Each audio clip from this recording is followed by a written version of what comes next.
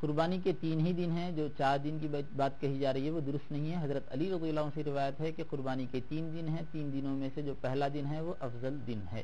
اب قربانی کے جو جانور ہیں وہ احادیث شریفہ میں جو آئے ہیں اور قربانی جن کے ذریعے دینا درست ہے وہ ہے گائے، بیل، بھینسا گائے بیل میں ہی شمار ہوتے ہیں، اس وجہ سے اس کو الگ جنس شمار نہیں کیا جاتا۔ اونٹ، اونٹنی اور چھوٹے جانور جو بکرا، بکری، مینڈا، مینڈی، دمبا، بھیڑ، یہ ان تمام جانوروں کی قربانی درست ہے۔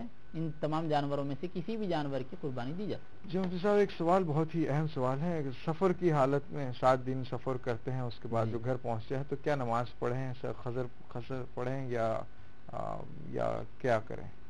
بھائی صاحب نے کچھ سفر کیا مہینوں میں، یہ 7 دن کا سفر کرتے ہیں اور سفر کے دوران قصر کرتے ہیں یا پہنچ جانے کے بعد میں وہ جو سفر کے دوران چھوٹ گئی ہے وہ نماز کیسے ادا کریں، بتا دیں۔ جی 7 دن کا سفر ہے تو ظاہر ہے یہ سفر تو بڑا طویل سفر ہوگا، تو اس کی وجہ سے تو قصر کرنا ہوگا۔ بنیادی جو قاعدے کی بات ہے وہ ہم بتا دیتے ہیں کہ اگر آدمی اپنی رہائش گاہ سے یعنی اپنے علاقے سے باہر نکلتا ہے اور 97 کلومیٹر یا اس سے زیادہ کے سفر کا ارادہ کر کے نکلتا ہے اور 15 دن سے زیادہ یا 15 دن ٹھہرنے کی نیت نہیں ہے، 14 دن یا 14 دن سے کم ٹھہرنے کی نیت ہے کسی بھی علاقے میں، تو اب اس کو قصر کرنا ضروری ہے۔ 4 رکعت والی نمازوں کو 2 رکعت پڑھے گا، اور جب اپنے گھر واپس آ جائے گا اور گھر واپس آنے کے 1 دن کے بعد یا 1 گھنٹے کے بعد ہی پھر اس کو نکلنا ہو، تب بھی جب اپنے علاقے میں ہوگا، اپنے وطن میں ہوگا، تو اس کو مکمل نمازیں پڑھنی ہوگی، قصر کرنا نہیں ہوگا۔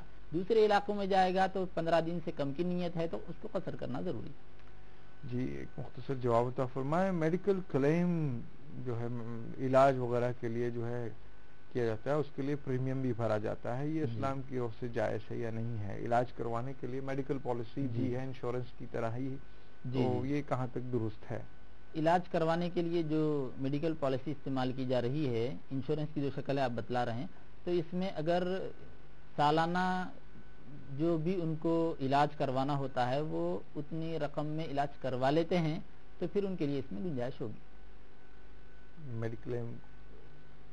میڈیکل پالیسی، آدمی لاچار مجبور رہتا ہے علاج کے لیے، آج کل ماحول ایسا ہو گیا کہ کاروبار ہو گئے ہیں، علاج کے لیے پیسہ نہیں ہوتا ہے، تو پھر یہ ایک سہولت ہے اس طرح سے، تو بے شمار لوگ ہیں جو بیماریوں سے پریشان ہیں، یہ بھی نہیں کر پاتے، جن کے پاس کچھ پیسہ بھی نہیں ہوتا ہے، تو ایسی جگہ پر بھی لوگ اپنے مال متاع خرچ کر سکتے ہیں، ان کے لیے بھی ترغیب کے لیے انشاءاللہ کسی پروگرام میں اس کو رکھا جائے گا۔ اب بھائی صاحب نے سوال کیا تھا کہ نواز بھائی نے کہ امی جان ان کی چھڑ چھڑ کرتے رہتی ہیں، کتنی بھی خدمت کرو وہ خوش نہیں ہوتی ہیں، اس طرح سے ایک بیٹے کا کہنا کہاں تک درست ہے یہ بتائیے، اور امی جان کی خوشی کا کیا جو ہے کام کر سکتے ہیں، کیسے خوش کر سکتے ہیں بچے امی کو، بتائیں۔ جی والدین کی جانب سے بچوں پر کسی قسم کی زیادتی بھی ہوتی ہے تو بچوں کو چاہیے کہ والدین کی زیادتی کو برداشت کریں، اس لیے کہ جیسے کہ بھی بتلایا گیا کہ والدین بطور خاص ماں اپنے بچے کی پیدائش کے وقت جو تکلیف برداشت کرتی ہے اور درد ذہ کے وقت جو اس کی ایک آہ اور ایک چیخ ہوتی ہے، اس کے برابر تو کوئی چیز بھی نہیں ہو سکتی جو ماں کی طرف سے بچے کو تکلیف پہنچ رہی ہے، تو اس کا کچھ نہ تقابل ہو سکتا ہے نہ اس میں کوئی پرسنٹیج ہو سکتا ہے، لہذا والدہ کی طرف سے بچے پر کچھ اگر زیادتی ہوتی بھی ہے اس کو برداشت کیا جائے، بچے کی یہ مذہبی ذمہ داری بنتی ہے، ایسا نہیں ہے کہ بچہ برداشت کر کے ماں پر کچھ احسان کر رہا ہے، بلکہ اس کی مذہبی ذمہ داری ہے، اللہ تعالیٰ نے اس کو برداشت کرنے کا حکم دیا ہے، اور صحابہ کرام نے جب پوچھا کہ اگر والدین بچے پر ظلم کریں تو کیا کرنا چاہیے، تو حضور پاک صلی اللہ علیہ وسلم نے فرمایا وَإِن ظَلَمَاهُ وَإِن ظَلَمَاهُ وَإِن ظَلَمَاهُ، اگرچہ والدین بچے پر ظلم کریں، اگرچہ والدین بچے پر ظلم کریں، اگرچہ والدین بچے پر ظلم کریں، اس طرح 3 مرتبہ نبی اکرم صلی اللہ علیہ وسلم نے والدین کی طرف سے بچے پر ہونے والے ظلم کے لفظ کو دہرایا اور فرمایا کہ اس کے باوجود بھی بچے کو چاہیے کہ والدین کی اطاعت اور فرمانبرداری کرے، والدین کا ادب اور احترام کرے۔ نواز بھائی سے یہی گزارش ہے کہ دیکھو والدہ صاحبہ کس وجہ سے چڑچڑا رہی ہیں تو ان کی خوشی کا کچھ سامان کرو، ماں ہے، ماں کو خوش کرنا اتنا بھی مشکل نہیں ہے جتنا ہم بیان کرتے ہیں یا یہاں پر جو سوال کیا گیا ہے. بہرحال آج کا پروگرام جو رہا انسانیت کا احترام سے متعلق ہے, انسان سے متعلق ہے, اور سارے انسانوں میں سب سے محترم شخصیت کسی کی ہے تو ماں کی ہے. تو ماں کا احترام, ماں کا لحاظ, ادب اور اس کا حکم بجا لانا یقیناً ہم سب پر لازم آتا ہے. انسان تو انسان ہے, جانور بھی یہ مثال پیش کرتے ہیں اپنی ماں کے ساتھ محبت اور ماں کے ساتھ اخوت کا اظہار. زمانے میں کئی جگہوں پر آپ کو دیکھنے کو ملتا ہے, اگر آپ دیکھ سکتے ہیں. ناظرین, بے حد شکریہ آپ کے کالز کا, آپ کی ہمت افزائی کا. آپ نے اس پروگرام میں براہ راست شامل ہو کر بہت ساری معلومات عام لوگوں تک بھی پہنچائی. میں آپ تمام کا شکریہ ادا کرتا ہوں, اور مفتی صاحب کا بھی بطور خاص شکریہ ادا کرتا ہوں. اس شریعت کے آئینے میں پروگرام میں آپ تشریف لائے, اور آج کا جو عنوان ہے احترام انسانیت سے ہم سب کو واقف کروایا, اور ہم سب اسے پلے باندھ لیتے ہیں, اور انشاءاللہ آج سے یہ تہیہ کر لیتے ہیں کہ انسان کا کسی صورت احترام کرتے رہیں گے. ایک شعر یاد آتا ہے, بس کہ دشوار ہے ہر کام کا آسان ہونا, آدمی کو بھی میسر نہیں انسان ہونا.